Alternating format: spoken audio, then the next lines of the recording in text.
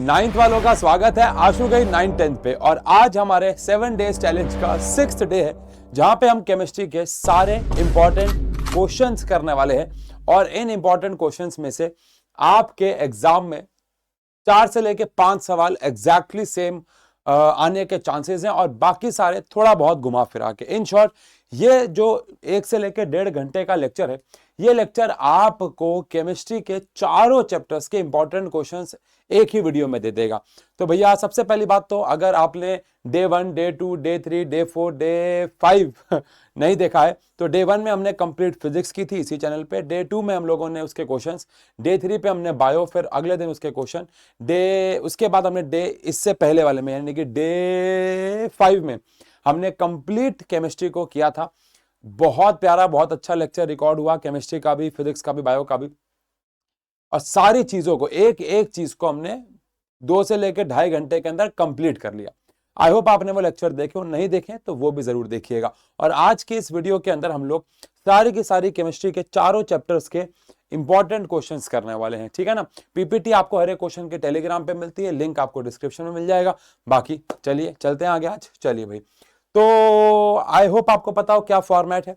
आपके सामने कुछ क्वेश्चंस आएंगे, आप अपने सामने रजिस्टर और पेन जरूर लेके बैठिएगा, प्लीज रिक्वेस्ट है।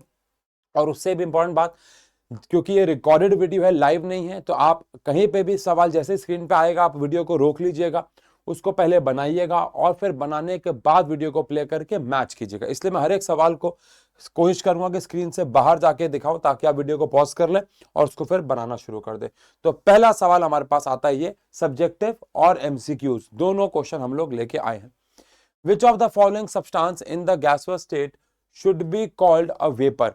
तो पहली बात तो, वेपर्स किसको कहा जाता है भैया?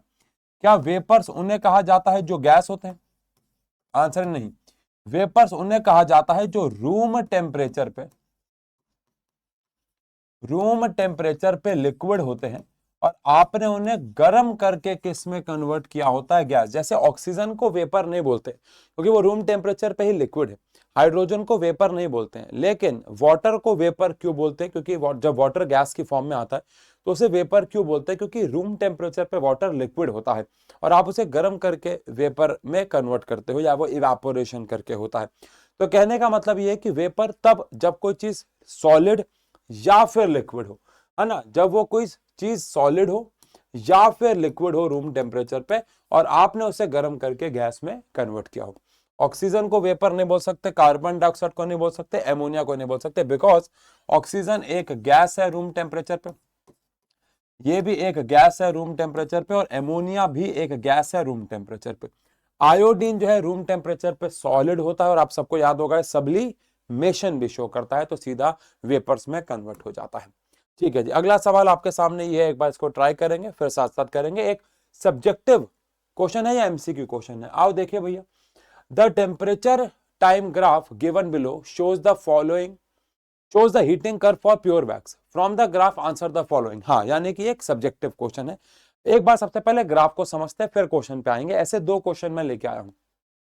पहली बात तो, यहां पे आपको दिखा रखा है टेम्परेचर, और यहां पे आपको दिखा रखा है टाइम।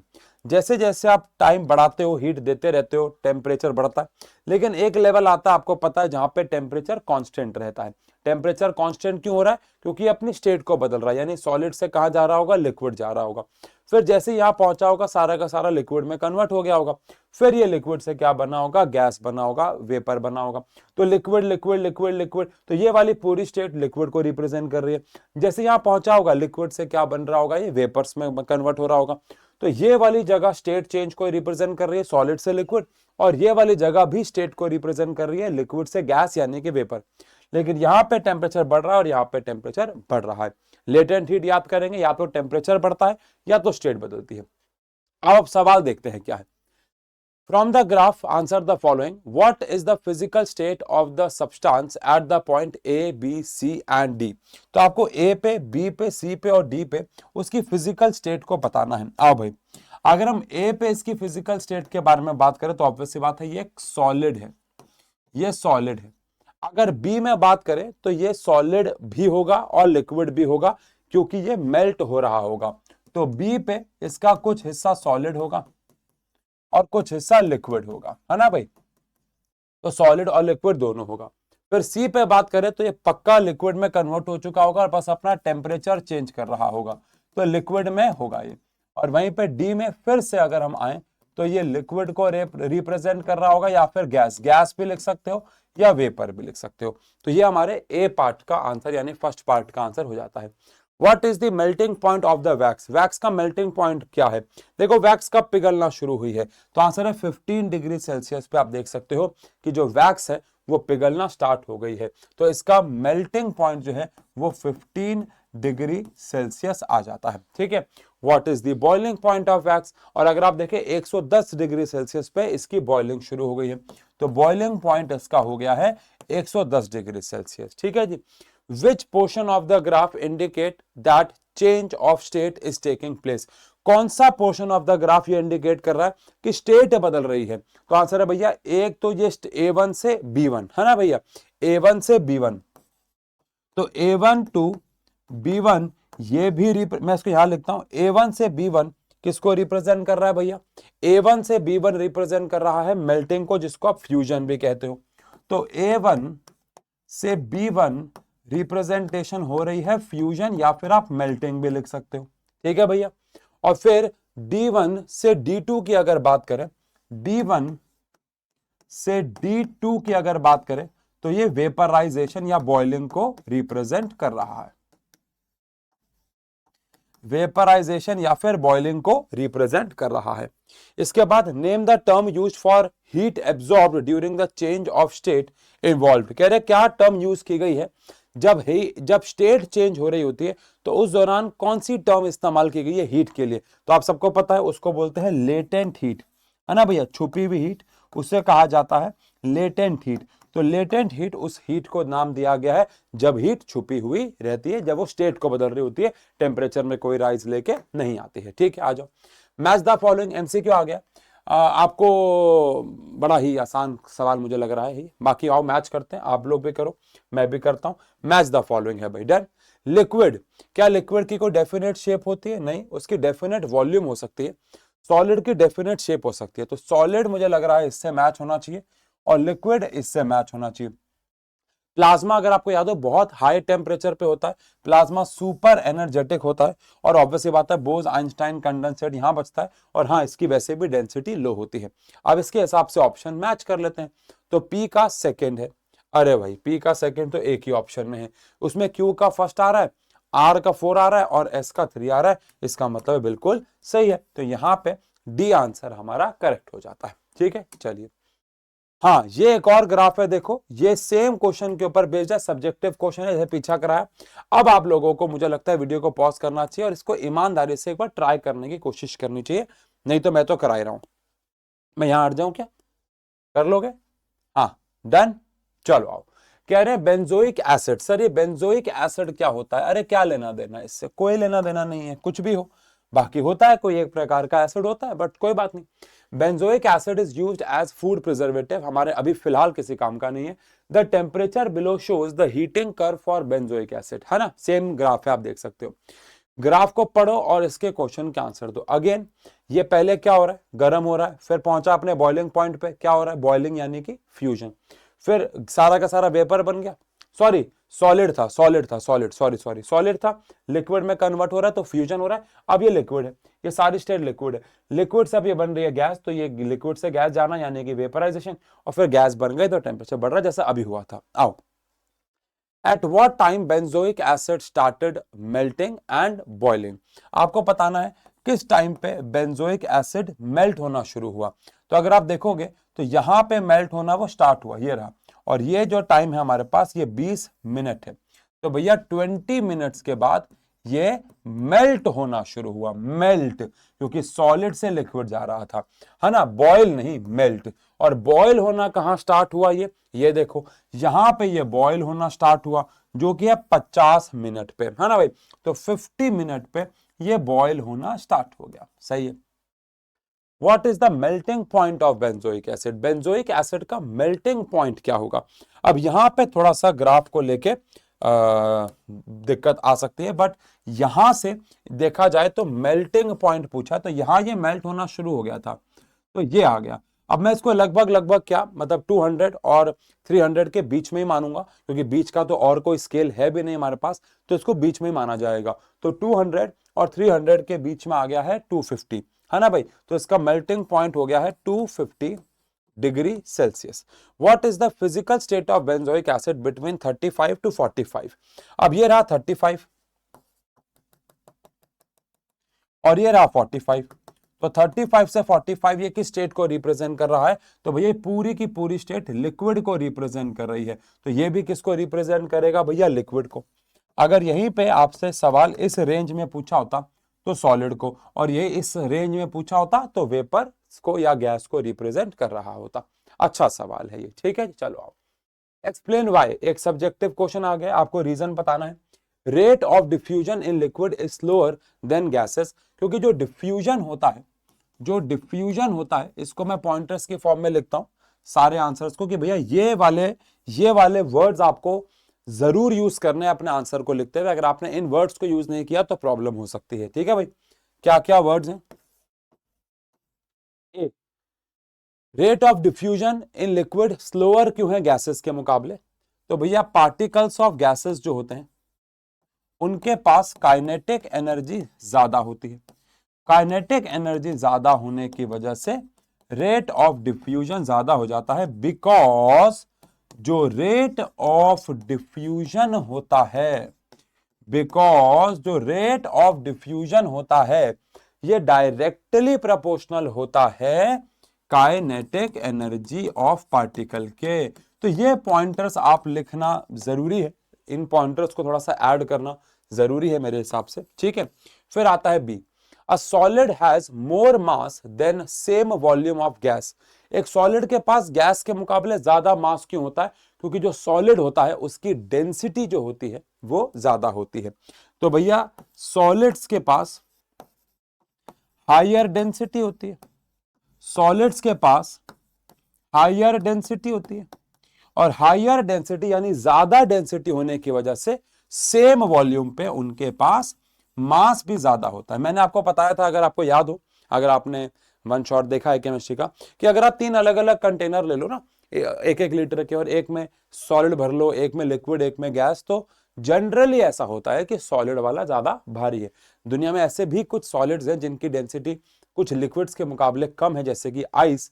आइस की डेंसिटी वाटर से ही अपने आप में कम होती है, बट वो एक्सेप्शनल केस है, वो हर जगह मिलेंगे। जनरल बात करें तो सॉलिड्स के पास मास ज्यादा क्यों होता है? क्योंकि उनकी डेंसिटी जो है वो ज्यादा होती है, ठीक है जी। चलो, a gas is easier to compress than solid. बहुत रीजन आसान है भैया, जो गैस है उसके पार्टिकल्स के बीच में जो गैप होता है वो काफी ज्यादा होता है, और गैप ज्यादा होने की वजह से पार्टिकल्स के बीच में गैप लिखना, ये मत लिखना गैस के बीच में, गैस के पार्टिकल्स के बीच में गैप ज्यादा होता है, जिसकी वजह से उन्हें कंप्रेस करना काफी ज्यादा आसान रहता है। इसके बाद डी पार्ट में आए, a liquid perfume, a liquid perfume can be smelled from some distance. पहली बात तो लिक्विड परफ्यूम को बहुत डिस्टेंस से स्मेल किया जा सकता है। तो यहां पे 2 बातें लिखनी बड़ी जरूरी है। एक तो लिक्विड परफ्यूम, यहां पे ज्यादातर बच्चे पता है इसका आंसर क्या लिखेंगे? अगर आप भी ये लिखते तो मुझे प्लीज कमेंट सेक्शन पे जरूर बताना कि मैंने आपको समझ लिया। ज्यादातर बच्चे लिखते हैं क्योंकि लिक्विड परफ्यूम के पार्टिकल हवा में क्या हो जाएंगे? डिफ्यूज। वो तब आता आंसर जब सिर्फ परफ्यूम बोला होता है। यहां पे इन्होंने एक शब्द बोला है, वो है लिक्विड परफ्यूम। तो लिक्विड दूर तक डिफ्यूज तब होगा ना जब पहले लिक्विड कन्वर्ट होगा वेपर्स में। तो पहले आपको क्या लिखना होगा कि लिक्विड परफ्यूम जो है ये वॉलेटाइल होता है। वॉलेटाइल का मतलब पता है ना, जो आसानी से वेपर्स में कन्वर्ट हो जाता है। तो आसानी से ये कन्वर्ट हो जाता है वेपर्स में, और जैसे ये एक बार वेपर्स में कन्वर्ट होता है फिर आपको लिखना है कि ये डिफ्यूजन शो करता है, और डिफ्यूजन शो करते हुए इसके पार्टिकल दूर तक रीच करके हमें स्मेल सुंगाई दे जाती है। तो यहां पे ये वाली लाइन जरूर लिखनी है कि लिक्विड परफ्यूम वॉलेटाइल होता है, इजीली लिक्विड से गैस बन जाता है, ठीक है जी। चलो आप, हाँ जी, एक केस बेस्ड क्वेश्चन है, मैं चाहूंगा आप इस केस बेस्ड को एक बार आराम से पढ़ लो। The phenomena of change of liquid into vapour, ये सब लिखा हुआ है, कोई दिक्कत वाली बात नहीं, एक बार आप इसको आराम से पढ़ लो, फिर हम आगे बढ़ते हैं। साइड हट गया हूं मैं।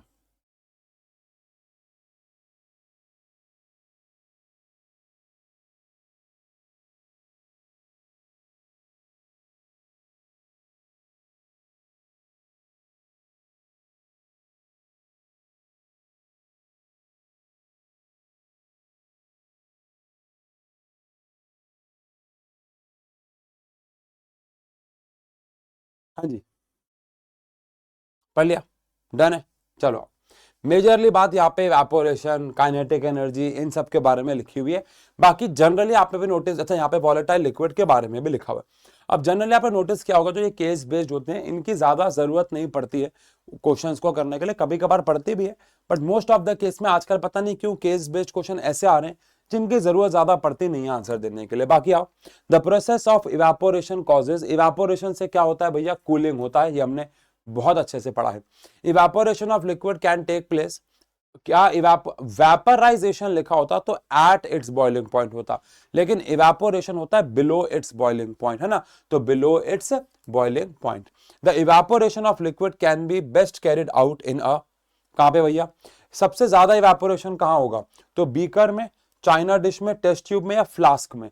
राउंड बॉट, फ्लास्क का तो बेटा जो मुंह होता है बहुत छोटा होता है, टेस्ट ट्यूब का भी मुंह बहुत छोटा होता है, लेकिन वहीं पर चाइना डिश का सरफेस एरिया काफी ज्यादा होता है, पेट्री डिश का तो और ज्यादा होता है, लेकिन चाइना डिश का भी काफी ज्यादा होता है बीकर के मुकाबले। अच्छा, अगेन ये बड़ा ही कंपेरेटिवल शब्द है, बिकॉज अगर बीकर बहुत बड़ा है और चाइना डिश इतनी सी है तो फिर आंसर अलग हो जाएगा, बट अभी हम मान के चल रहे हैं एवरेज साइज की चाइना डिश का सरफेस एरिया ज्यादा होता है as compared to a beaker. ठीक है, चलिए, इसके बाद during evaporation particles of liquid change into vapours only, है ना, फ्रॉम द सरफेस, नहीं, इवेपोरेशन एक सरफेस फिनोमिना है, वहीं पे वेपराइजेशन एक बल्क फिनोमिना है। वेपराइजेशन हर तरफ से हो रहा होता है, लेकिन इवेपोरेशन एक सरफेस फिनोमिना होता है, जिसकी वजह से पार्टिकल सिर्फ सरफेस से पहले पहले सरफेस के पार्टिकल्स भागते हैं, फिर जो नीचे के पार्टिकल्स ऊपर आते हैं फिर वो भागते हैं, तो एक सरफेस फिनोमिना है। ये एक अच्छा सवाल है। Which of the following factors when increase affect the rate of evaporation adversely? इनमें से कौन है जिसको अगर हम इंक्रीज करेंगे तो रेट ऑफ इवेपोरेशन अफेक्ट होगा, है ना, एडवर्सली होगा, इनवर्सली होगा, मेरे हिसाब से इनवर्सली होना चाहिए, है ना, क्योंकि सरफेस एरिया के साथ डायरेक्टली है, टेम्परेचर के साथ डायरेक्टली है, ह्यूमिडिटी के साथ इनवर्सली है, तो इनमें से किसके साथ ये इनवर्सली वेरी करता है भैया, इनवर्सली वेरी करता है, तो इनमें से जिसके साथ ये इनवर्सली वेरी करता है भाई, जिसके साथ ये इनवर्सली वेरी करता है वो है ह्यूमिडिटी। ह्यूमिडिटी बढ़ाओगे तो रेट ऑफ इवेपोरेशन कम हो जाता है। ठीक है, डन। इनमें से आपको बताना है कौन केमिकल चेंज है और कौन फिजिकल, जल्दी से वीडियो पॉज करो, ईमानदारी से करो। डन। ग्रोथ ऑफ प्लांट एक केमिकल चेंज है भैया, क्या क्या चीजें बॉडी के अंदर हो रही है किसी की भी लिविंग बॉडी की ग्रोथ के दौरान। रस्टिंग ऑफ आयरन भी एक केमिकल चेंज है, रस्टिंग ऑफ आयरन भी एक केमिकल चेंज है, ये तो हमने डिस्कस किया था, आयरन ऑक्सीजन से रिएक्ट होता है। आयरन को और सैंड को मिक्स किया है बस, तो आपने ये फिजिकल चेंज है, कुछ नया नहीं बन रहा है, कुछ नया नहीं बन रहा है। कुकिंग ऑफ फूड, खाने को पकाना, एक कुकिंग ऑफ फूड में हम बहुत सारी चीजों को आपस में डिकम्पोज करते हैं। एग्जाम्पल के तौर पे लेट अस सपोज आप दूध ही उबाल रहे हो, तो वहां पे भी एमिनो एसिड्स की चेन टूटती है, डिटेल में नहीं जाऊंगा, लेकिन कुकिंग ऑफ फूड भी एक केमिकल चेंज होता है। डाइजेशन ऑफ फूड भी एक केमिकल चेंज होता है, खाने को हम लोग पचाते हैं, पेप्सिन प्रोटीन को डाइजेस्ट करता है, टुकड़ों में बांटता है, तो हाँ मल्टीपल। फ्रीजिंग ऑफ वाटर में सिर्फ स्टेट बदल रही है, तो यहाँ पे ये एक फिजिकल चेंज माना जाएगा।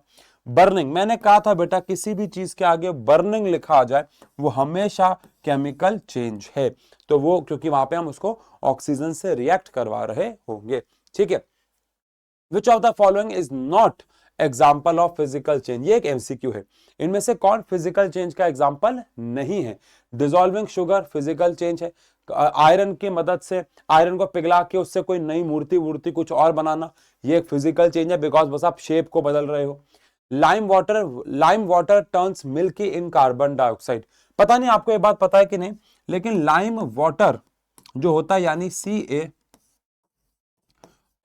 ट्वाइस जो होता है, जब ये कार्बन डाइऑक्साइड के साथ रिएक्ट होता है तो कैल्शियम कार्बोनेट बनाता है, और ये कैल्शियम कार्बोनेट ही लाइम वाटर को क्या करता है, मिल्की। क्या आपको ये रिएक्शन याद करनी है? बिल्कुल भी नहीं, ऑब्वियस सी बात है, बट हाँ ये बस आपको बताने के लिए कि यहाँ पे केमिकल चेंज हो रहा है, फिजिकल नहीं। आयरन को मैग्नेटाइज करना एक फिजिकल चेंज है, तो यहाँ पे ये हमारे पास आंसर हो जाता है। डन है, पक्की बात है।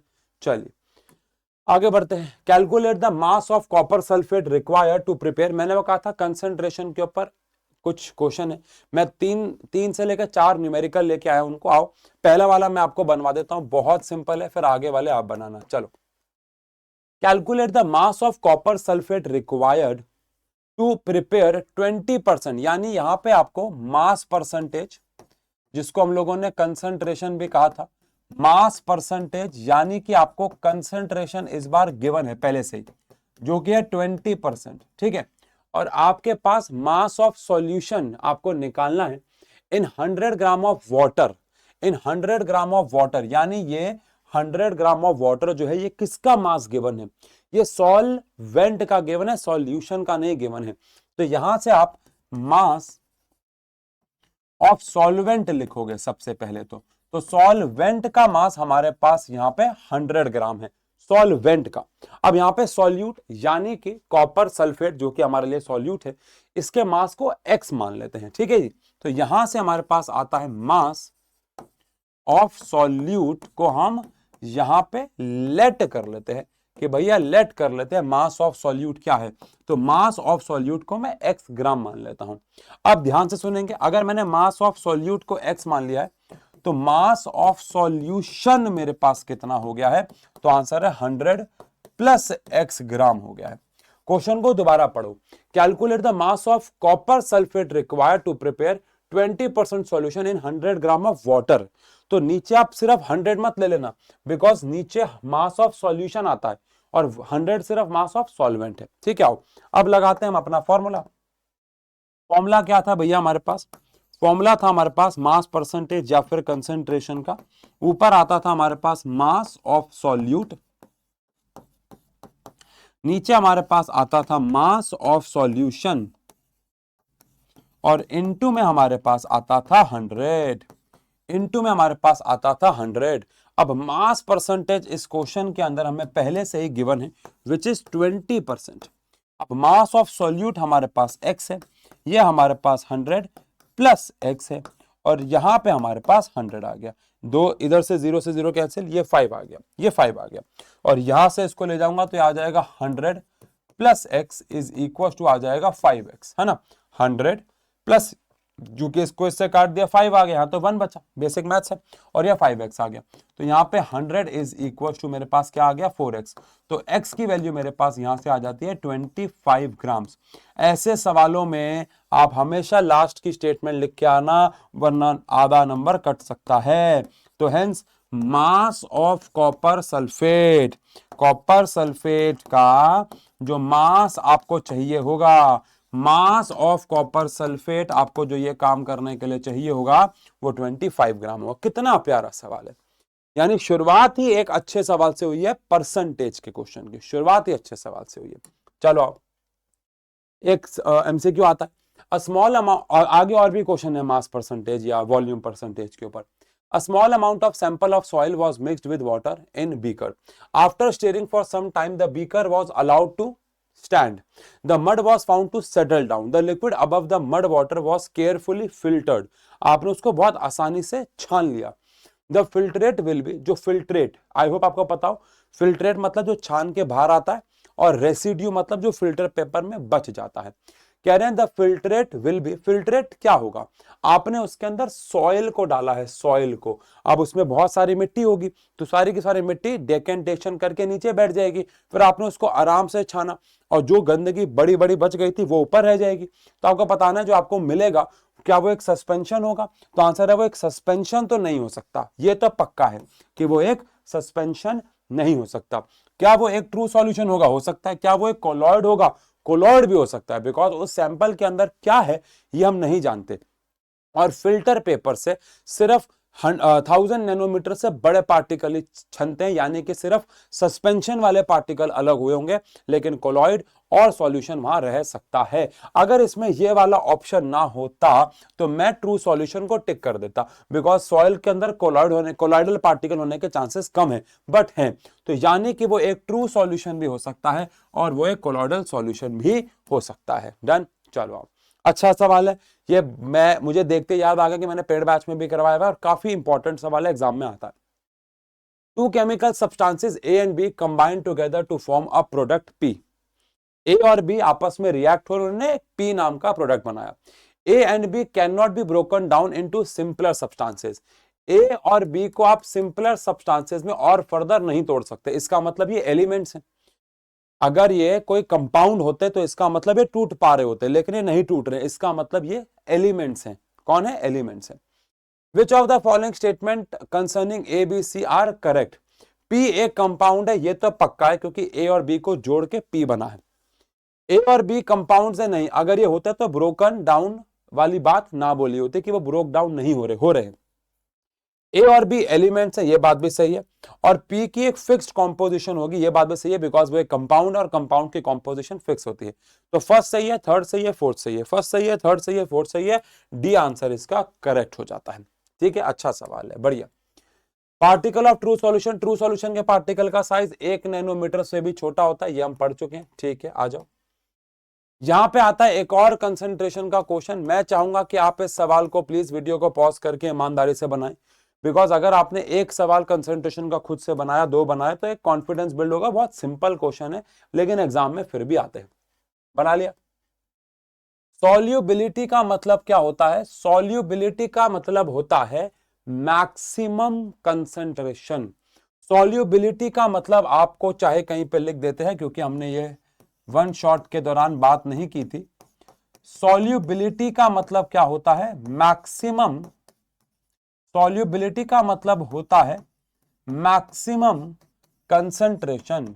मैक्सिमम कंसंट्रेशन यानी मैक्सिमम कितना हम सॉल्यूट उसका, जब एक सॉल्यूशन सैचुरेट हो जाता है, अब हम उसके अंदर और सॉल्यूट नहीं डाल पा रहे होते, उसे कंसंट्रेशन कहते हैं। The solubility of common salt in water is 36 gram. The mass of common salt needed to make a saturated solution in 20 gram water at 2 temperature का यहाँ पे कोई काम नहीं है। और ध्यान रखिएगा, सॉल्युबिलिटी हमेशा 100 ग्राम में नापी जाती है। यह सवाल हो सकता है आपके स्कूल में कराया ही ना हो, बिकॉज ये सवाल एनसीईआरटी में नहीं है। बट अगर सॉल्युबिलिटी के ऊपर क्वेश्चन कराएं तो ये क्वेश्चन आ सकता है, नहीं तो आप इस क्वेश्चन को स्किप भी कर सकते हो। बाकी मैं चाहूंगा नहीं आप स्किप करें, बिकॉज एक नई चीज जानने को मिलेगी। आओ ईमानदारी से सवाल को बनाते हैं। क्या कह रहा है कि सॉल्युबिलिटी का मतलब होता है 100 ग्राम में कितना घुला है, तो 100 ग्राम में 36 घुल सकता है। तो सुनो ध्यान से, यूनिटरी मेथड लगाएंगे। Mass of common salt in 100 ग्राम, 100 ग्राम में कितना घुल सकता है? 36 ग्राम घुल सकता है। तो हमें तो 20 ग्राम में निकालना है। तो मास ऑफ सॉल्ट इन 20 ग्राम, बेटा यूनिटरी मेथड, 36 ग्राम घुल सकता है 100 में, हमें निकालना है 20 में। 12 केले 24 रुपए के आते तो 2 केले 4 रुपए के आएंगे। पहले एक का दाम निकालते हो, फिर कितने केले लिए उससे मल्टीप्लाई करते हो। ये तो किया, पहले 100 से डिवाइड करके निकाला 1 ग्राम में कितना है, फिर 20 से मल्टीप्लाई कर दिया, इसको इससे काट दिया। तो यहाँ पे 36 इंटू में 2, 36 इंटू में 2 हमारे पास आ जाएगा 72। तो 72 डिवाइड बाय 10 7.2 ग्राम आ जाएगा, है ना भाई, अगर मैंने कैलकुलेशन ठीक की है तो, है ना। तो यहां पे मेरे पास आ जाएगा 7.2 ग्राम। तो 36 इंटू में 2 हो गया हमारे पास 72 डिवाइड बाय 10 था। यानी 100 ग्राम में 36 घुल सकता है, तो 20 ग्राम में कितना घुलेगा? आंसर है 7.2 ग्राम्स घुलेगा। कितना घुलेगा? 7.2 ग्राम्स। डन है। अब भैया ये देखो, ये वाला सवाल तो आपको करना ही होगा, बिना आगे बढ़े ये वाला सवाल प्लीज करना होगा, वरना कट्टी हो जाऊंगा मैं। डन। आओ, एक सॉल्यूशन में 5 ml एल्कोहल है, 50 ml वाटर के अंदर, वाटर है 50 ml। आपको volume percentage of the solution निकालना है। सबसे पहले मुझे इतना बताओ कि क्या अगर मैं 50 ml पानी के अंदर 5 ml एल्कोहल डालूंगा, तो जो नीचे वॉल्यूम ऑफ सॉल्यूशन आएगा, ये मुझे 50 ml लेना होगा या 55 ml? ऑल्दो जब सॉलिड को किसी सॉलिड को घोलते हैं तो लगभग वॉल्यूम उतनी ही रहती है, लेकिन जब लिक्विड को घोलते हैं, जैसे अल्कोहल को घोलते हैं, तो वॉल्यूम बढ़ती है। मतलब ये सबको पता ही है। तो यहां पे अगर मैं लेता हूं पहले तो वॉल्यूम ऑफ सॉल्यूट, गिवन लिखने की आदत डालें। वॉल्यूम ऑफ सॉल्यूट मैंने लिया है 5 ml, और यहां से मेरे पास आता है वॉल्यूम ऑफ सॉल्वेंट। सॉल्वेंट मैंने लिया है 50 ml, तो यहां से मेरे पास वॉल्यूम ऑफ सॉल्यूशन मुझे निकालना होगा। तो 50 प्लस 5, आंसर आ जाएगा 55 ml। आंसर आ जाएगा 55 ml। ये मेरे पास वॉल्यूम ऑफ सॉल्यूशन आ गया। अब यहां से मुझे निकालना होगा वॉल्यूम परसेंटेज। वॉल्यूम परसेंटेज का फॉर्मूला होता है वॉल्यूम ऑफ सॉल्यूट अपॉन में वॉल्यूम ऑफ सॉल्यूशन आ जाएगा, इनटू में 100 आ जाएगा। अब वॉल्यूम ऑफ सॉल्यूट कितना है, सॉल्यूट कितना लिया है मैंने 5 ml। वॉल्यूम ऑफ सॉल्यूशन मैंने कितना लिया 55, इनटू में आ जाएगा 100। इसको इससे काट दिया 11 आ गया। 11 का मतलब होता है मेरे हिसाब से 9, मतलब फिर यहाँ पे 11 आ गया। 11 को अगर मैं 100 से डिवाइड करूंगा तो 9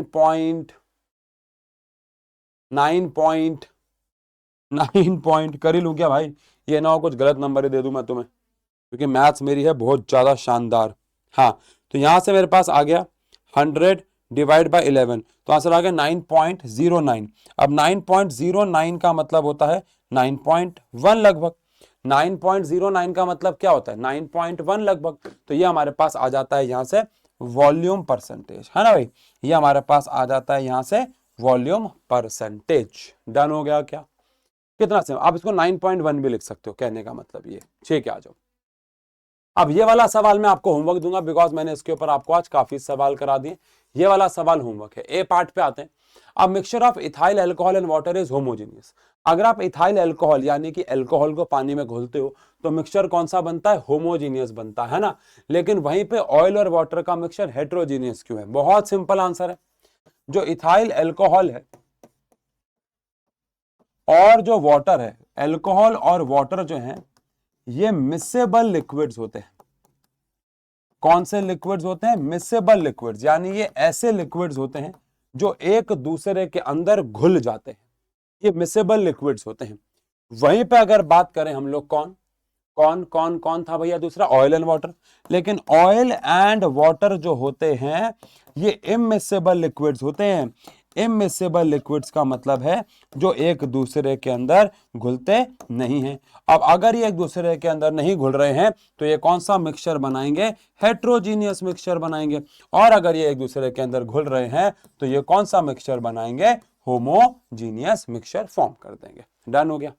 चलिए अब ये देखो कितना प्यारा नया सवाल है। बहुत सारे बच्चों को परसेंटेज तो निकालना आता है, सॉल्यूट अपॉन में सॉल्यूशन इनटू में 100, लेकिन एक कंपाउंड के अंदर एक एलिमेंट का परसेंटेज निकालना नहीं आता।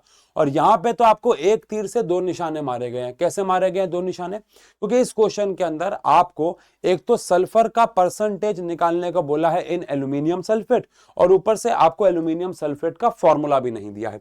तो सबसे पहले तो अगर आपको फॉर्मूला सीधा आता है, किसका फॉर्मूला होता है Al2SO4 थ्राइस, तो सीधा लिख दो। नहीं तो आप सबको कल बहुत अच्छे से, सबसे ज्यादा मेहनत हमने इसी पे की वन शॉट में, कि हमने फॉर्मूला मेकिंग को सीखा।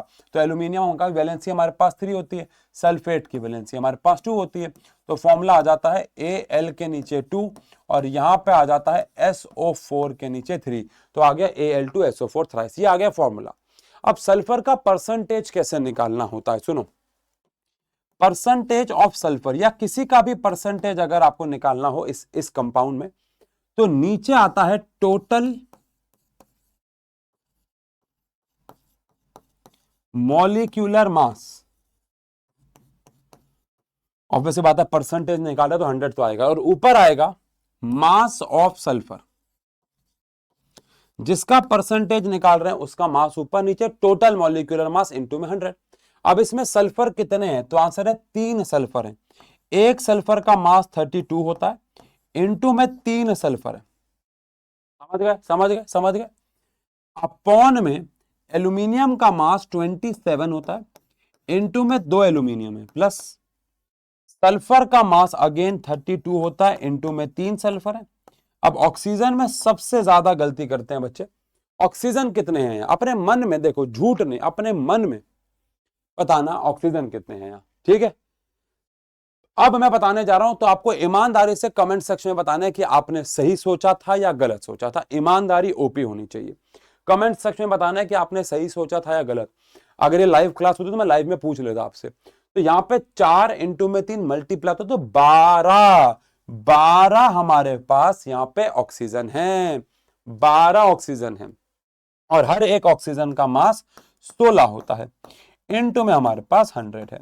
अब ऑब्वियस सी बात है यहां पे मैं यूज करने वाला हूं कैलकुलेटर, तो ऊपर तो मेरे पास आ गया 32 इंटू में 3 विच इज 96, ऊपर आ गया मेरे पास 96, नीचे मेरे पास आ जाएगा 27 इंटू में 2 प्लस 32 इंटू में 3 प्लस 12 इंटू में 16, तो ये आंसर आ गया 342, ये आ गया मेरे पास 342 इंटू में मेरे पास आ गया 100, तो 96 को डिवाइड कर दिया मैंने 342 से, तो आंसर आ गया 28.07%, आंसर आ गया 28.07%, विच इज अच्छा एमसीक्यू था sorry, which is equal to 28%, obvious सी बात है। तो अगर इसी क्वेश्चन में आपको एल्यूमिनियम का बोला होता तो ऊपर आता 27 इंटू में 2, नीचे ये आता इंटू में 100 आता रहता। तो ध्यान रखें किसी भी एक एलिमेंट का अगर आपको परसेंटेज बोला है किसी कंपाउंड में, तो आपको उसका मास ऊपर रखना, नीचे टोटल इंटू में 100 कर देना है। डन हो गया क्या? डन हो गया क्या? अगले सवाल पे आते हैं भैया। सवाल क्या कह रहा है, आ जाओ भाई। सवाल कह रहा है कि 8.4 gram of sodium bicarbonate on reacting with 20 gram of acetic acid liberates 4.4 gram of carbon dioxide into the atmosphere. What is the mass of the residue left? पहली बात तो ये purely question law of conservation of mass के ऊपर, ऐसे question के अंदर आपको एक रफ रिएक्शन बनानी होती है। रफ रिएक्शन का मतलब है आपको इनके फॉर्मूले बनाने की जरूरत नहीं है, बना दोगे तो टाइम वेस्ट है, ठीक है, आपकी प्रैक्टिस हो जाएगी, पेपर में बनाने की जरूरत नहीं है। और समझाता हूं क्या कह रहा हूं। कह रहे हैं सोडियम, आप इसका पूरा नाम सोडियम बाइकार्बोनेट का पूरा फॉर्मूला होता है NaHCO3, बट जरूरत नहीं है, आप सिर्फ सोडियम बाइकार्बोनेट लिखो। वो कह रहे हैं सोडियम बाइकार्बोनेट रिएक्ट हो रहा है 20 ग्राम ऑफ एसिटिक एसिड। अब एसिटिक एसिड तो आप ऐसे बहुत ही कम बच्चों को पता होगा, बिकॉज पढ़ना ही नहीं है ना। जिनको पता होगा वो एक्स्ट्रा नॉलेज होगी, स्कूल में कराया होगा, उन्होंने याद कर लिया होगा। ये दोनों आपस में रिएक्ट हुए, कह रहे इन्होंने कार्बन डाइऑक्साइड बनाया और कार्बन डाइऑक्साइड के साथ साथ इन्होंने कुछ रेसिड्यू बनाया। 10th में आओगे तो ये रिएक्शन पढ़नी भी आपको कि साथ में क्या क्या बनेगा, 10th वाले बच्चों को पता भी है, लेकिन ठीक है ये रिएक्शन हुई। अब इसका हमने लिया 8.4 ग्राम, इसका हमने लिया 8.4 ग्राम और इसका हमने लिया 20 ग्राम, ठीक है, ये दोनों आपस में रिएक्ट हुए और 4.4 ग्राम हमें कार्बन डाइऑक्साइड मिली। तो रेसिड्यू कितना मिलेगा? मैं रेसिड्यू के मास को x ग्राम मान लेता हूं। कौन सा लॉ लगाना है यहां पे? ऑब्वियसली बात है, लगाना है law of conservation of mass. क्या कहता है भैया? तो according to law of conservation of mass, according to law of conservation of mass, law of conservation of mass के हिसाब से मास ऑफ रिएक्टेंट जो होता है यह हमेशा बराबर होता है मास ऑफ प्रोडक्ट के, है ना भाई। मास ऑफ रिएक्टेंट जो होता है यह हमेशा बराबर होता है मास ऑफ प्रोडक्ट के। अब मास ऑफ रिएक्टेंट जो है उसमें कौन कौन आता है? तो 8.4 प्लस में 20 और मास ऑफ प्रोडक्ट में आता है 4.4 प्लस में जो भी बचा हो उनको उन्होंने रेसिड्यू बोल दिया है, बचा हुआ हिस्सा। तो यहां पे x आ गया, ये हमारे पास आ गया 28.4 माइनस 4.4, तो यहां से कुल मिला के जो x आ जाएगा हमारे पास वो आ जाएगा 24, है ना, 24। 28.4 में से हाँ तो 24 आ गया, 24 ग्राम आ गया। लास्ट में स्टेटमेंट जरूर लिखेंगे कि hence the mass of residue formed will be 24 grams. Done है क्या? बढ़िया है क्या? चलो आगे सवाल पे आते हैं। अगेन ये एक अच्छा सवाल है, इसको भी करेंगे, पूरा ईमानदारी से करेंगे। इसका सेकंड पार्ट अलग है, फर्स्ट पार्ट अलग है। इसको फर्स्ट पार्ट देते हैं, आ जाओ। ये फर्स्ट पार्ट है भाई। फर्स्ट पार्ट क्या कह रहा है? If 0.24 gram of sample of compound of oxygen and boron, एक सैंपल है जिसमें ऑक्सीजन और बोरोन है, उसका टोटल मास 0.24 ग्राम से was found by analysis to contain, उसके अंदर 0.096 ग्राम बोरोन मिला और 0.144 ग्राम ऑक्सीजन मिला। आपको परसेंटेज कॉम्पोजिशन निकालनी है दोनों की। अरे बड़ा सिंपल है, परसेंटेज दोनों की निकालनी है, एक के निकाल के 100 में से माइनस भी कर सकते हैं। अगर मैं आपसे पूछूं कि आपके कितने परसेंट मार्क्स आए, आप बोलो मेरे 80% मार्क्स आए। मैं पूछूं कितने परसेंट कटे, तो ऑब्वियस सी बात है 100 में से 80 आए हैं तो 20 कट गए हैं, तो परसेंटेज हमेशा 100 रहती है। सुनो, कह रहे एक सैंपल है, उसमें बोरोन है और ऑक्सीजन है, तो mass of sample, mass of sample, sample का मास हमारे पास 0.24 ग्राम है। मास ऑफ सैंपल हमारे पास 0.24 ग्राम है, टोटल मास है, जिसमें से मास ऑफ बोरोन हमें क्वेश्चन में गिवन है, जो बोरोन का मास है वो 0.096 है, और इसी में मास ऑफ ऑक्सीजन जो है वो हमारे पास 0.144 ग्राम है। मास ऑफ ऑक्सीजन जो है वो 0.144 ग्राम है। अब आपको परसेंटेज निकालना है, तो किसी भी एक का परसेंटेज मैं निकाल देता हूं, दूसरे का आ जाएगा। तो परसेंटेज ऑफ बोरोन अगर मुझे निकालना हो तो फॉर्मूला होता है मास ऑफ बोरोन अपॉन में टोटल मास इनटू में 100, एग्जाम में फॉर्मूला लिख देना।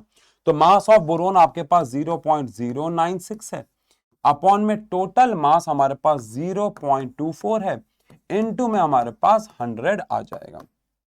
जहां तक मुझे लग रहा है कोई अच्छा नंबर ही आएगा, देखने में लग रहा है कि ये कैंसिल हो रहे हैं।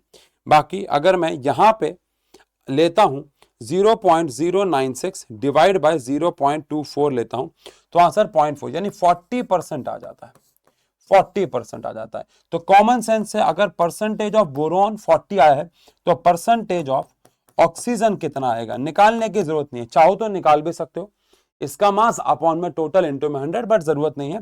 100 में से अगर आप 40 को माइनस कर दोगे तो आंसर सीधा 60% आ जाएगा, और वैसे भी निकालोगे तो कॉमन सेंस के बाद तब भी 60 ही आंसर आएगा। ठीक है, चलो इसके सेकेंड पार्ट पे चले। आपको इनका फॉर्मूला बनाना है, कैल्शियम क्लोराइड का और मैग्नीशियम ऑक्साइड का। एल लो जी, कर लो गलते, सुन लो बात, कितना आसान, बना दो यार, बना दो। मैग्नीशियम ऑक्साइड और कैल्शियम क्लोराइड, कैल्शियम के लिए Ca, क्लोराइड के लिए Cl, इसकी वैलेंसी 2, इसकी वैलेंसी 1, कर दो क्रॉस मल्टीप्लाई, CaCl2 आ गया। लो, कौन है मैग्नीशियम ऑक्साइड, मैग्नीशियम के लिए वैलेंसी है 2। आई होप अभी तक तो वैलेंसी याद हो गई होगी, पूरा चार्ट लास्ट क्लास में दिया था। यहां से कैंसिल हो गया 2 से 2, तो यहां पे मल्टीप्लाई कर दिया, इसका फॉर्मूला आ जाएगा MgO, तो इसका फॉर्मूला MgO आ गया, इसका CaCl2 आ जाता है, सिंपल। चलो इन सबका फॉर्मूला बनाना है। एमोनिया का तो फॉर्मूला आपको याद होना चाहिए, बना नहीं सकते आप, ये है NH3।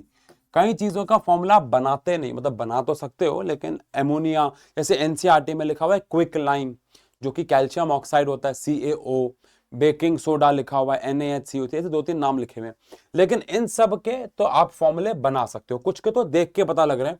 जैसे कार्बन मोनोऑक्साइड, मोनो का मतलब होता है एक ऑक्सीजन लगा होगा, तो कार्बन मोनोऑक्साइड, एक ऑक्सीजन लगा होगा। बाकी इन सब के आपको बनाने पड़ेंगे। ठीक है, जल्दी से C, D और E का फॉर्मूला बनाओ, फिर मैच करते हैं, जल्दी बनाओ। डन, ठीक है। अब C का फॉर्मूला अगर मैं बनाता हूं तो कौन है, हाइड्रोजन है और क्लोराइड है, इसकी वैलेंसी 1 है, इसकी वैलेंसी 1 है, क्रॉस मल्टीप्लाई कर दिया, HCl आ गया। ठीक है, एल्यूमिनियम फ्लोराइड, ये आ गया एल्यूमिनियम, और फ्लोराइड के लिए आ गया F। एल्यूमिनियम की वैलेंसी 3 आ गई, फ्लोरीन की 1 आ गई, क्रॉस मल्टीप्लाई कर दिया, फॉर्मूला आ गया AlF3, फॉर्मूला आ गया AlF3। लो जी, कितना आसान। कौन है, मैग्नीशियम सल्फाइड है बेटा, सल्फेट नहीं है, बहुत बच्चे गलती करते हैं, सल्फेट होता तो SO4 आता, सल्फाइड है, सल्फाइड है ड, सल्फाइड होता T तो SO3 आता, सल्फाइड ड है ड, तो भैया सिर्फ सल्फर आएगा। इसकी वैलेंसी 2 होती है, इसकी वैलेंसी 2 होती है, काट दो, क्या आ गया हमारे पास, MgS आ गया। क्या आ गया हमारे पास, MgS। सिंपल है यार, सिंपल है यार, सिंपल है। चलो होमवर्क दे दें, होमवर्क दे दें यार, होमवर्क दे दें। कितने से सारे फॉर्मूले बनाए थे, बताओ इनमें से कौन सा बनवाऊं। मेरे हिसाब से कोई भी जरूरत नहीं है बनाने की, बोलो। एमोनियम क्लोराइड आसान है वैसे तो वो भी, बट आओ चलो। एमोनियम क्लोराइड NH4Cl, NH4 की वैलेंसी 1, Cl की वैलेंसी 1, लो कितना आसान है, क्या है, NH4 के नीचे 1, Cl के नीचे 1, लो क्या फॉर्मूला है, ठीक है, डन है क्या? आ जाओ स्ट्रक्चर ऑफ एटम की तरफ बढ़ते हुए। The mass number of an atom, जो कि यूनिपॉजिटिव, यूनिपॉजिटिव का मतलब है +1। आपको मास नंबर बताना है जिसके पास यूनिपॉजिटिव आयन है, उसके पास इलेक्ट्रॉन 10 है और न्यूट्रॉन 12 है। सुनने वाली बात क्या है, बड़ा प्यारा सवाल है ये। इसके पास इलेक्ट्रॉन 10 है, न्यूट्रॉन 12 है, तो आपको लगेगा ऐड कर दो तो 22 आंसर है, बट 22 आंसर नहीं है, क्योंकि मैंने आपको कहा था कि नंबर ऑफ इलेक्ट्रॉन्स और प्रोटॉन्स बराबर तब होते हैं जब एटम न्यूट्रल हो। लेकिन ये यूनिपॉजिटिव है, मतलब इस पे +1 है, मतलब इसने अपना एक इलेक्ट्रॉन किसी को दिया हुआ है, मतलब इसके पास एक्चुअली में 11 इलेक्ट्रॉन थे। और अगर 11 इलेक्ट्रॉन थे तो प्रोटॉन भी 11 हुआ करते होंगे। वो तो इलेक्ट्रॉन कम हो गया, लेकिन प्रोटॉन तो 11 ही रहेंगे। और मास नंबर, इसलिए मैंने चिल्ला चिल्ला के वन शॉट में बोला था कि नंबर ऑफ इलेक्ट्रॉन से एटॉमिक नंबर को कभी भी याद मत करो, नंबर ऑफ प्रोटॉन से करो, बिकॉज प्रोटॉन चेंज करना बहुत रेयर बात होती है, इलेक्ट्रॉन आते जाते रहते हैं। खैर, मास नंबर क्या होता है, अब तो ऐड करना है बस प्रोटॉन और न्यूट्रॉन। तो भैया 11 + 12 होता है हमारे पास 23, तो सोडियम लग रहा है ये देखने में। चलो आ जाओ, बड़ा प्यारा सवाल है। देखो, टोटल नंबर ऑफ क्या निकालने हैं आपको, प्रोटॉन्स निकालने हैं इस पूरे इंसान में, जो कि कौन है, C20H30O। कौन है भैया, C20H30O। इसमें आपको नंबर ऑफ प्रोटॉन्स निकालने हैं, मास नहीं निकालना, इसका मास नहीं निकालना, नंबर ऑफ प्रोटॉन्स। कार्बन का एटॉमिक नंबर क्या होता है, 6। इंटू में तो 6 प्रोटॉन होंगे, इंटू में 20 कार्बन बैठे हुए। हाइड्रोजन के पास 1 प्रोटॉन होता है, इंटू में 30 हाइड्रोजन बैठे हुए। ऑक्सीजन के पास 8 प्रोटॉन होते हैं, इंटू में 1 ऑक्सीजन बैठा हुआ है। तो यहां हमारे पास आ गया 120, यहां हमारे पास आ गया 30, और यहां हमारे पास आ गया 8। तो कुल मिला के हमारे पास 158 प्रोटॉन्स हो जाते हैं। आंसर डी हो जाता है। कितना प्यारा सवाल है, कितना प्यारा सवाल है ना? अच्छा सवाल। चलो आप आगे बढ़े। एक इलेक्ट्रॉनिक कॉन्फ़िगरेशन ऑफ एलिमेंट ए की इलेक्ट्रॉनिक कॉन्फ़िगरेशन आपको 281 दे रखी है। बी की इलेक्ट्रॉनिक कॉन्फ़िगरेशन आपको 281 ही दे रखी है, क्या बात कर रहे हो? चलो, सी की इलेक्ट्रॉनिक कॉन्फ़िगरेशन आपको 286 दे रखी है, और डी की इलेक्ट्रॉनिक कॉन्फ़िगरेशन आपको 287 दे रखी है। Which of them can make an ion with 2 negative charge? इनमें से 2 नेगेटिव चार्ज के साथ कौन, 2 नेगेटिव चार्ज के साथ मतलब है इनमें से किसकी वैलेंसी -2 होगी, है ना? 2 नेगेटिव चार्ज का मतलब क्या है, इनमें से किसकी वैलेंसी -2 होगी। तो भैया आप यहां देख सकते हो कि जो सी है इसके आउटर मोस्ट में 6 इलेक्ट्रॉन है। मैंने बताया था ये 8 इलेक्ट्रॉन करना चाहेगा तो 2 इलेक्ट्रॉन लेगा, 2 इलेक्ट्रॉन लेगा तो इसकी वैलेंसी क्या हो जाएगी, -2। तो आंसर सी आ जाता है। डन है क्या? चलो, एक न्यूट्रल एटम है, न्यूट्रल एटम है, उसके न्यूक्लियस पे न्यूक्लियर चार्ज, भैया ये छोटे छोटे पॉइंट्स हैं जो क्वेश्चंस की फॉर्म में एग्जाम में आते हैं। न्यूक्लियर चार्ज का मतलब नंबर ऑफ प्रोटॉन्स ही होता है। न्यूक्लियस पे कितना चार्ज होगा, न्यूक्लियस के अंदर कौन होता है, प्रोटॉन्स होते हैं और न्यूट्रॉन्स होते हैं। न्यूट्रॉन पे तो कोई चार्ज नहीं है, तो न्यूक्लियर चार्ज का मतलब हो गया उसके पास प्रोटॉन कितने। तो nuclear charge is 13 times and mass is 27 times that of hydrogen nucleus. सुनो भाई, प्रोटॉन कितने होने चाहिए, वो कह रहे हैं 13 गुना ज्यादा प्रोटॉन्स होने चाहिए जितने हाइड्रोजन के पास हैं। तो 13 गुना ज्यादा मतलब 13, क्योंकि हाइड्रोजन के पास एक ही होता है। और इसका जो मास नंबर है, मास नंबर, वो 27 गुना ज्यादा होना चाहिए हाइड्रोजन के मास से। हाइड्रोजन का एटॉमिक नंबर भी 1 होता है और मास नंबर भी 1 होता है, तो 27 गुना उससे होना चाहिए। सिंपल है। How many electron would be present in the stable positive charge ion. कितना घुमा फिरा के प्यारा सवाल पूछा है। पहली बात तो ये पहचानो कौन है। 13 पे कौन आता है, एल्यूमिनियम आता है। 13 पे कौन आता है, एल्यूमिनियम आता है। और एल्यूमिनियम अपनी स्टेबल स्टेट में, एल्यूमिनियम अपनी स्टेबल स्टेट में 3 इलेक्ट्रॉन देता है, क्योंकि इसकी वैलेंसी 3 होती है। अगर नहीं याद आ रहा, इसकी इलेक्ट्रॉनिक कॉन्फ़िगरेशन कर लो। 13 इलेक्ट्रॉन है तो 2 8 3, तो ये 3 इलेक्ट्रॉन देगा। 3 इलेक्ट्रॉन देने के बाद इस पे कितने इलेक्ट्रॉन बचेंगे, इस पे कितने इलेक्ट्रॉन बचेंगे, तो 2 और 8 10। ओ माय गॉड, क्या प्यारा सवाल है। दोबारा सुन लो, इसके पास जो प्रोटॉन्स हैं वो 13 गुना ज्यादा है जितने हाइड्रोजन के पास होते हैं, जो कि 1 ही है, और 27 गुना इसका मास ज्यादा है, तो 27 गुना मास, और न्यूक्लियर हाइड्रोजन का मास 1 ही होता है, तो 27 ही हो गया। अब हमने इसको पहचाना ये एल्यूमिनियम है, तो वो कह रहे हैं एल्यूमिनियम जब आयन बना के बैठता है तो बताओ उसके ऊपर कितने इलेक्ट्रॉन होंगे। एल्यूमिनियम बनाता है +3 क्योंकि उसकी वैलेंसी 3 है, और 3 इलेक्ट्रॉन दे देता है, जिसकी वजह से उसके पास टोटल 10 इलेक्ट्रॉन है। बहुत प्यारा सवाल। चलो रीजन देना है आपको, आइसोटोप्स की केमिकल प्रॉपर्टी सिमिलर क्यों होती है। केमिकल प्रॉपर्टी डिपेंड करती है नंबर ऑफ इलेक्ट्रॉन्स पे, यानी कि वैलेंसी पे, और आइसोटोप्स के पास सेम नंबर ऑफ इलेक्ट्रॉन्स यानी कि उनकी सेम वैलेंसी होती है, इसलिए उनकी केमिकल प्रॉपर्टीज सिमिलर होती है। एक एटम इलेक्ट्रिकली न्यूट्रल क्यों होता है, क्योंकि उसके पास जितने इलेक्ट्रॉन्स होते हैं उतने ही प्रोटॉन्स होते हैं, जितने इलेक्ट्रॉन्स होते हैं उतने ही प्रोटॉन्स होते हैं, जिसकी वजह से वो इलेक्ट्रिकली न्यूट्रल हो जाता है।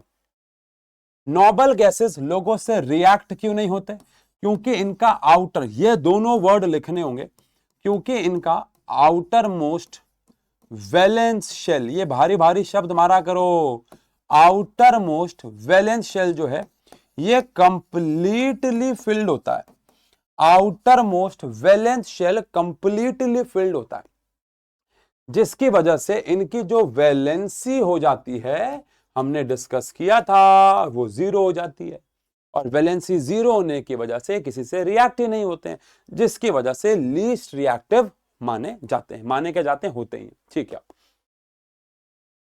क्या सवाल है भैया। कह रहे हैं के और L shell of an atom are full. आपको याद है मैंने कहा था कि स्ट्रक्चर ऑफ एटम है एवरेज एटॉमिक मास के ऊपर सवाल आते हैं, तो मैं आज एवरेज एटॉमिक मास के ऊपर 2 सवाल लेके आया हूं, जैसा कि बात हुई थी, एग्जाम में मिलेंगे तो करते हैं उनको। If K and L shell of an atom are full then what would be the total number of electrons. Nursery class का सवाल है, के और एल पूरा भरा हुआ है तो कितने इलेक्ट्रॉन्स होंगे इसके पास। क्या LKG का क्वेश्चन है बेटा, ये आ जाओ। ठीक है, ये ओ भाई साहब कितनी बड़ी उम्र, कसम से मुझे पता नहीं था, जस्ट इसके बाद ही आ जाएगा, लेकिन ये एवरेज एटॉमिक मास के ऊपर क्वेश्चन। आओ थोड़ा एवरेज एटॉमिक मास को समझते भी हैं। आइसोटोप्स याद होगा आपको। अब दुनिया में हर एक एलिमेंट, मतलब सबके तो नहीं, लेकिन जिन जिन के आइसोटोप्स हैं, जैसे क्लोरीन का एक आइसोटोप है 35 और एक आइसोटोप है 37। अब मैं आपसे पूछूं कि अगर क्लोरीन का एक मास नंबर 35 और एक 37 है तो उसका एवरेज एटॉमिक मास क्या होगा। अब मैथ्स में एवरेज कैसे निकालते हैं, 35 प्लस 37 डिवाइड बाय 2, जो कि आ जाता है 36। लेकिन यहां पे हम ये वाला एवरेज नहीं निकालते, क्योंकि ये एवरेज तब निकाला जाए जब क्लोरीन 35 और 37 ये दोनों धरती पे बराबर अमाउंट में पाए जाते हो, बट ये बराबर अमाउंट में तो पाए जाते नहीं है, ये तो अलग अलग अमाउंट में पाए जाते हैं। कितने कितने, ये पाया जाता है 75% और ये पाया जाता है 25%। तो जब इनका परसेंटेज अलग अलग है तो फिर अब एवरेज मास कैसे निकालेंगे। एवरेज, एक का 35 है एक का 37, तो एवरेज कैसे निकालेंगे। आओ तो सबसे पहले गिवन लिख लेते हैं, परसेंटेज ऑफ क्लोरीन 35, क्लोरीन 35 वाले का परसेंटेज 75 है, and percentage of chlorine 37, chlorine 37 वाले का परसेंटेज 25 है। अब आपको यहां पे सीखना होगा एवरेज एटॉमिक मास निकालना, कोई तिगड़मबाजी नहीं है, बस छोटा सा तरीका है एवरेज, इसलिए मैंने कहा था क्वेश्चन के फॉर्म में ही करेंगे। एवरेज एटॉमिक मास, तो किसी भी आइसोटोप्स का अगर आपको एवरेज एटॉमिक मास निकालना हो तो एक तरीका है, ध्यान से सुन लो। पहले वाले आइसोटोप का मास इनटू में उसकी परसेंटेज अपॉन में 100 प्लस दूसरे वाले आइसोटोप यानी कि 37, दूसरे वाले आइसोटोप का मास इनटू में उसकी परसेंटेज यानी कि 25 अपॉन में 100। और अगर 3 आइसोटोप हुए तो तीनों के लिए ऐसा करना है, बस सिंपल है। यानी मास इनटू में परसेंटेज अपॉन में 100, मास इनटू में परसेंटेज अपॉन में 100, ये आपको रिपीट करते चले जाना है। अब मुझे तो वैसे इसका आंसर पता है 35.5 होता है, क्योंकि क्लोरीन का एवरेज मास भी वही है, बट आओ एक बार सॉल्व कर लेते हैं। तो 35 इंटू में 75 ये आ गया हमारे पास 26.25, 100 से डिवाइड कर दिया मैंने, ठीक है ना। तो 37 इंटू में 25, यह आ गया 9.25, और अगर आप इन दोनों को ऐड कर देते हो तो 35.5 हमारे पास आंसर आ जाता है, जो कि इनका एवरेज एटॉमिक मास है। कौन सा मास है? एवरेज एटॉमिक मास है। Simple simple simple. अब इसी का एक रिवर्स क्वेश्चन आता है, जहां पे आपको आइसोटोप दे रखे होते हैं 816, 818, और आपको उनका एवरेज एटॉमिक मास गिवन होता है, आपको उनका परसेंटेज निकालना है। तो उल्टा हो गया, इस बार आपको ये गिवन है और आपको परसेंटेज निकालने हैं। कुछ नहीं करना, दिमाग लगाओगे, वीडियो को पॉज करो, दिमाग लगाओ, देखो होता है कि नहीं होता है, नहीं तो आगे बढ़ रहे हैं। आओ करें। सबसे पहले लेट कर लेंगे परसेंटेज ऑफ, जो परसेंटेज 16 वाला है उसके परसेंटेज को मैं, क्योंकि ये x पहले से ही है तो मैं इसके परसेंटेज को a मान लेता हूं, कुछ भी मान लो यार, ठीक है। तो परसेंटेज ऑफ जो 18 वाला है उसका परसेंटेज, पहली बात तो 100 माइनस a हो जाएगा, क्योंकि टोटल परसेंट 100 होता है। अब आपको वही करना है जो पहले करा था, आपको निकालना है एवरेज एटॉमिक मास, वही काम है, कुछ नया नहीं बदलने वाला, आपको निकालना है एवरेज एटॉमिक मास। अब एवरेज एटॉमिक मास कैसे बोला गया था? आपका जो मास है 16 इंटू में उसी का परसेंटेज अपॉन में 100, प्लस में इसका मास यानी कि 18 इंटू में इसका परसेंटेज यानी कि 100 माइनस a अपॉन में आ गया 100। अब जो एवरेज एटॉमिक मास है ये हमारे पास क्वेश्चन में गिवन है 16.2। कितना गिवन है? 16.2। बस अब आपको यहां पे a की वैल्यू निकालनी है। तो ये हमारे पास आ गया 16a, प्लस में ये हमारे पास आ गया 1800, माइनस में 18a अपॉन में 100। ये 100 जाके उधर मल्टीप्लाई हो जाएगा, तो 1620 minus 1800 is equal to -2a आ गया। इस हिसाब से सॉल्व करें तो हमारे पास यहां पे आ जाता है कितना? 180 आता है। कितना आता है? -180, है ना, -180 इज इक्वल टू -2a। तो कुल मिला के a की वैल्यू हमारे पास 90% आ जाती है, यानी कि जो इसका परसेंटेज है हमारे पास वो 90% आ गया, खत्म होगी बात। यानी कि परसेंटेज ऑफ जो x16 है वो 90% आ गया, और परसेंटेज ऑफ जो 18 है वो हमारे पास 100 माइनस 90 विच इज 10% आ जाएगा, विच इज 10% आ जाएगा। डन है क्या? अरे सही है क्या? चलो आगे बढ़ते हैं। हाँ, इनमें से कौन आइसोटोन्स हैं? याद करो, आइसोटोन कौन होता है? जिनके पास सेम नंबर ऑफ न्यूट्रॉन्स होते हैं, न्यूट्रॉन्स। तो इसके पास 8 न्यूट्रॉन है, इसके पास 8 न्यूट्रॉन है, और इसके पास भी 8 है। अरे वाह! लेकिन यहां पे गड़बड़ी हो गई। ये कितने भैया? नहीं पूछा है? हाँ पूछा है, ठीक है। इसके पास 6 है, इसके पास 7 है, इसके पास 10 है, तो ये गलत हो गया। अरे मास नंबर में से एटॉमिक नंबर माइनस कर रहा हूं। इसके पास 8 है, इसके पास 7 है, गलत हो गया। इसके पास 8 है, इसके पास 7 है, गलत हो गया। तो ऑब्वियस सी बात है ये आइसोटोन्स हैं, क्योंकि mass number minus atomic number करके सबके पास 8 न्यूट्रॉन्स आ रहे हैं। डन, ठीक है। आपको लिस्ट करना है इनका मास, इनमें से किसका मास सही तरीके से लगा हुआ है, तो मैच करना होगा। सल्फर का मास होता है 32 और ऑक्सीजन का O2 है, तो उसका भी हो गया 32। 32 और 32 64 हो गया।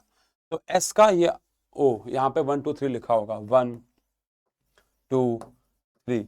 तो S का 3 सिर्फ इससे ही मैच हो रहा है, बाकी तो आप मैच कर ही लोगे सबका मास निकाल के, लेकिन हाँ S का इससे मैच हो रहा है 64, ठीक है। डन है। चलो, आपको ये एमसीक्यू नहीं है, आपको इन सब का नाम लिखना है, नाम। इसके ऊपर तो आज ही बात हुई थी। कौन है भाई साहब? हमारे एल्यूमिनियम सल्फेट।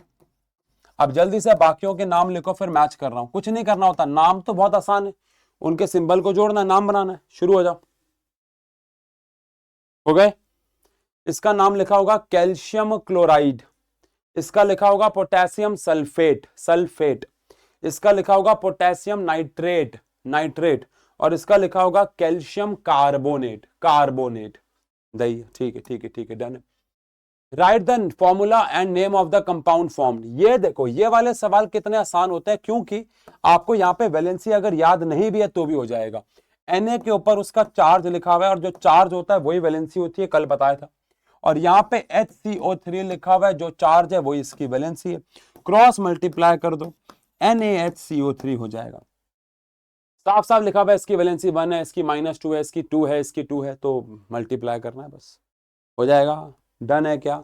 सी वाला पार्ट कराऊं, बी वाला होमवर्क कर लेना, सी वाला करा दूं। देखो, कॉपर की जो वैलेंसी है वो 2 है, कॉपर की जो वैलेंसी है वो 2 है, और SO3 की जो वैलेंसी है, SO3 की जो वैलेंसी है वो भी 2 है। कट गया, कटने के बाद 1 1 आ गया, तो यहां पे Cu और यहां पे SO3, ये फॉर्मूला आ गया। सिंपल है यार, ये आसान हो गया, और क्योंकि वैलेंसी याद करने की जरूरत नहीं है, अपने आप हो जाएगा। और मुबारक हो बच्चों, हम लोगों ने अपना सेकेंड लास्ट डे यानी कंप्लीट केमिस्ट्री के सारे क्वेश्चंस को यहां पे बना लिया है। पीपीटी आपको, PDF आपको टेलीग्राम पे मिलेगी। प्लीज प्लीज प्लीज प्लीज इसको रिपीट कर लेना सारे सवालों को। एक एक सवाल हीरा एग्जाम में आने के पूरे पूरे चांसेस हैं। कल हम एक सैंपल पेपर करके इस चैनल पे आपका 7 डे चैलेंज पूरा कर देंगे। और बस, अगर अभी तक सब्सक्राइब नहीं किया है, आप सबको आपके एग्जाम्स के लिए बेस्ट ऑफ लक। मिलते हैं ऐसे और बेहतरीन लेक्चर के लिए। प्यारा सा कमेंट जरूर छोड़िएगा। Thank you so much, thank you.